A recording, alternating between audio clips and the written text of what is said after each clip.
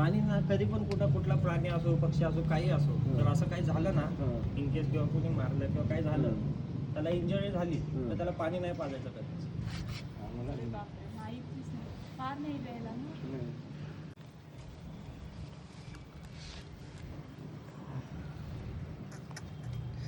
लय कुठनं बसलं रे.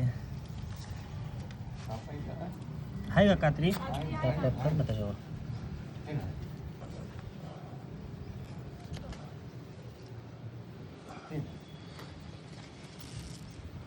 अरे अरे अरे परत त्याचा डायरेक्ट उपसलाय रे. हा ना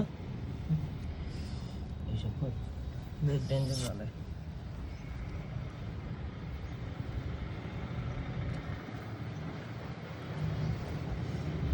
तसंच सेंटरला घेऊन बाबा.